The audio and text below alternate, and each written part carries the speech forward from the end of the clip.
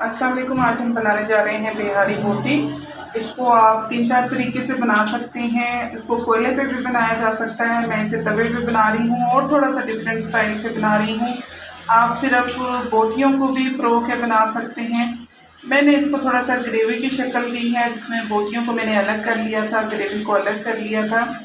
तो इसको किस तरह से मैंने बनाया है आपके साथ शेयर करेंगे। इसको मैंने पहले मैरिनेट कर दिया था, मैं वो कैप्चर नहीं कर सकी। मैंने इसमें जो जो चीज़ें ऐड की हैं आपको बताते हैं।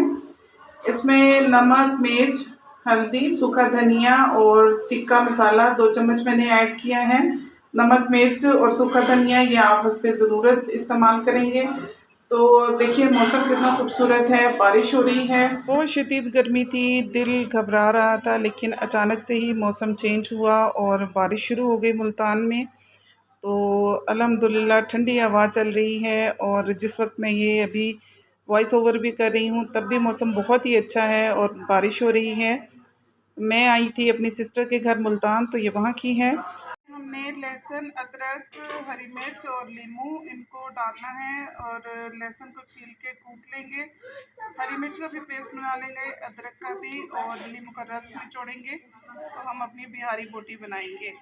2 नींबू का रस निचोड़ा था मैंने इसमें और तकरीबन 2 टेबल स्पून मैंने इसमें जो है वो कचरी पाउडर ऐड किया था कि अच्छी तरह बोटी गल जाए। और अल्हम्दुलिल्लाह बेहतरीन बोटी गल के तैयार हुई थी, बहुत अच्छी।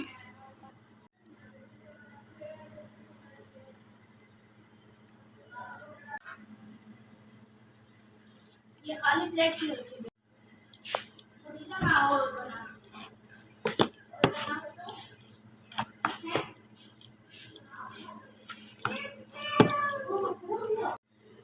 थोड़ी सी काली मिर्च का पाउडर, गरम मसाला और 2 छोटी इलायची। वैसे तो पिसा हुआ मसाला डालना चाहिए छोटी इलायची का, लेकिन मैं इस वक्त जल्दी में यही डाल रही हूँ। इसी में इसमें ये फ्राइड अनियन यूज़ करूँगी क्योंकि मेरे पास ये पहले से मौजूद है। मैंने जब देग बनवाई थी तो ये एक पैकेट एक्स्ट्रा आया था। वैसे मैं ताज़ा ही यूज़ करती हूँ, खुद ही फ्राई कर लेती हूँ, लेकिन माले मुफ्त दिले बेरहम।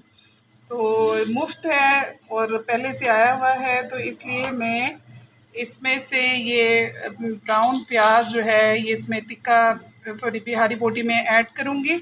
आप चाहें तो प्याज को अलग से फ्राई करके तो वो इसमें ऐड कर सकते हैं, कच्चे प्याज को भी आप ऐड कर सकते हैं। It's all upon your choice. बस मैंने 1 मुट्ठी इसमें से ये ब्राउन प्याज इसमें ऐड करना है। थोड़ा सा हम ब्राउन प्याज को क्रश कर लेंगे, मसल के फिर डाल देंगे और इसको अच्छी तरह से मिक्स कर लेंगे। ये ढक्कन हम यूज़ कर रहे हैं क्योंकि तवे पे यही पूरा आएगा। इसकी रबड़ मैंने निकाल दी है, तो इसको हम ढक्कन बनाएंगे और इस तवे को इससे हम कवर करेंगे। तो 2 तरह से बना सकते हैं। एक तो ये कि आप इसको सीख पे लगा के तो बोटी बना लें। इस तरह से सीखों पे आप चढ़ा के इसको रख दें, हल्का हल्का इस पर ऑयल लगाएं और कोयले पे इस तरह से आप इसको पका लें। दूसरा तरीका ये है कि आप इसको इसी तरह से सीखों पे लगा के तो तवे पे इस तरह से रख दें और हल्का हल्का ऑयल इस पे छिड़कते रहें और इसको पलटते रहें। तो तीसरा तरीके में मैं क्या कर रही हूँ कि मैं फोक में ही 2-3 बोटियों को परो रही हूँ। इसको भी रखूँगी और इस सारे मिक्सचर को मैं एज इट तवे पे डाल के इसको जैसे हम सालन बनाते हैं ना, बस मैं इसको सारे को ही एक साथ ही बना लूँगी। तो चलिए आपको दिखाते हैं आगे चल के। देखिए जी, इस तरह से हमने ये रख देना है और इसको हमने इसी तरह से पलटते रहना है ऐसे। एक तो ये तरीका। दूसरी बात ये कि मैं इसको इस सारे मिक्सचर को इसमें पलट रही हूँ।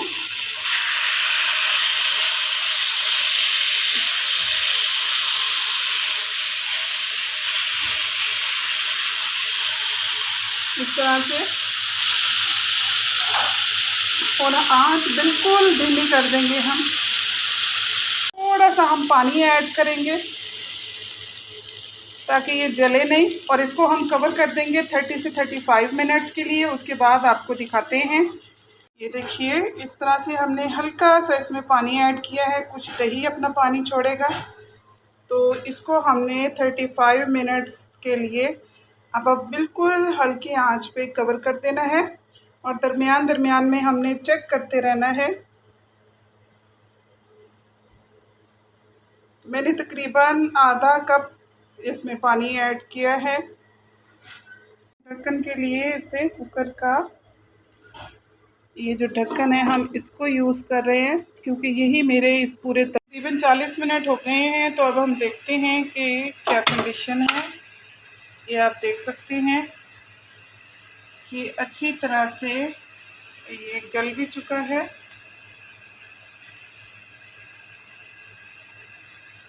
बोटी को हम चेक कर लेंगे।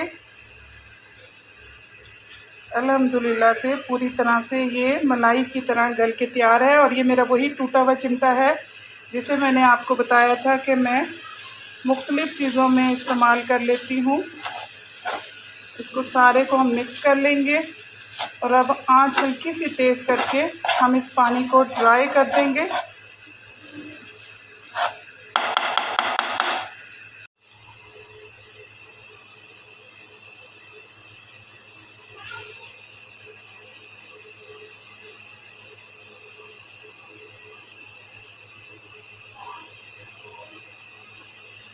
इसको अच्छी तरह से हम मिक्स कर लेंगे।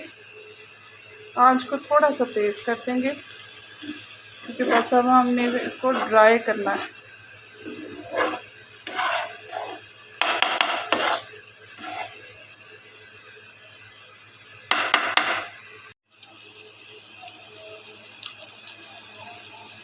ये फाइनल लुक है।